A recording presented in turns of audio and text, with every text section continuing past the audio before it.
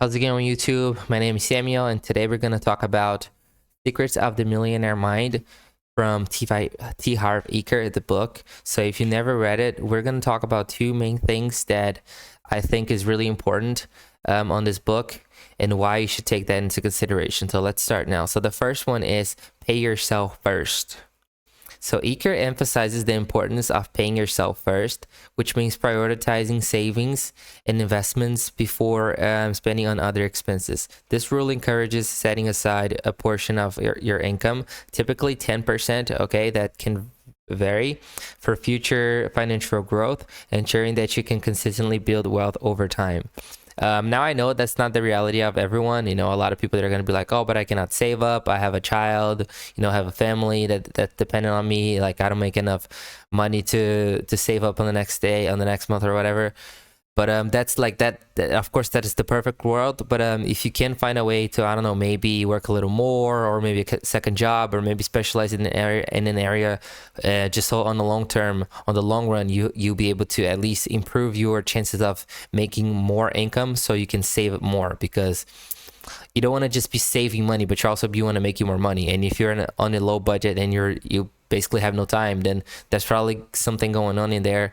I don't know what's your situation, where do you live. Of course, some areas are different than others, but the main idea here is you try to save up at least 10% of what you're making, okay?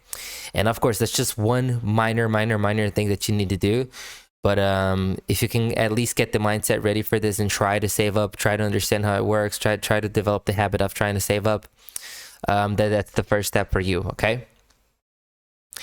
Now, manage your money. So another key rule from Eker is the importance of managing your money effectively. So this involves budgeting, tracking expenses, and allocating funds to different categories such as savings, investments, education, and necessities.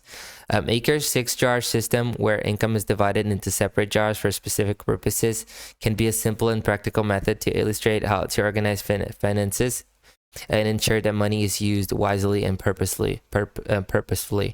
So T. Harv Eker talks about the jars in which you need to separate. So like some of the money goes to education, some of the money goes to investment, some of the money goes to this, some of the money goes to like your obligations throughout the month. You have to transport, you maybe have food, maybe have your mortgage, and so on and so forth. But ideally, man, like I think that ideally the book tries to give you the idea of trying to understand how the financial system works, how you can understand about investment, maybe stocks, maybe real estate, so you can improve your chances of developing better habits when it comes, like money wise, when it comes to money.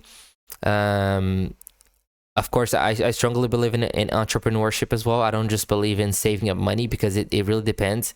If you're not well off and you don't have a good salary, then just by saving up, you're probably not going to get anywhere. If you can only save up, I don't know, maybe $50 a month or $100 a month, that won't get you very far ahead in the game. And I'm sorry to say that, but it's just the reality of it.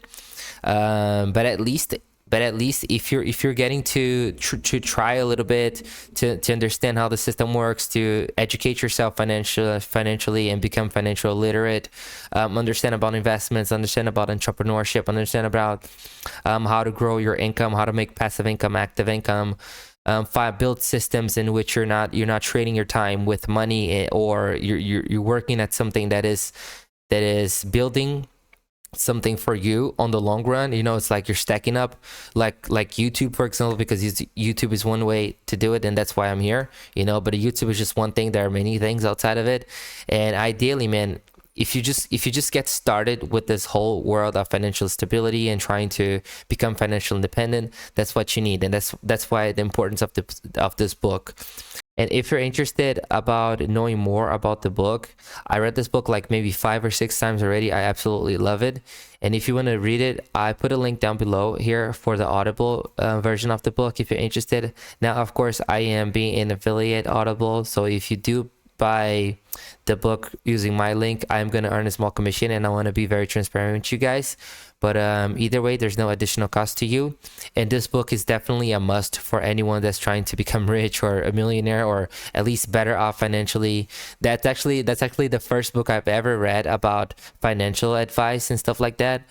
And that thing led to one another, that led to one another, that led to another book, that led me to another book. And then I got to know Dave Ramsey, then I got to know another guy. So it's like a chain effect, you know, a domino effect, pretty much. You start from one book, and the next thing you know, you're learning about this, then you're learning about that, then you understand that you may be like this, that you may be like that.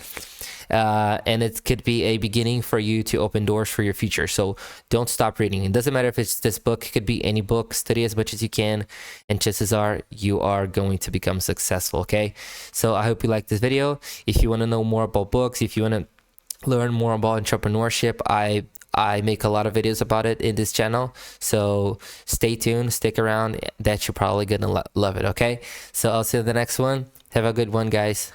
Bye.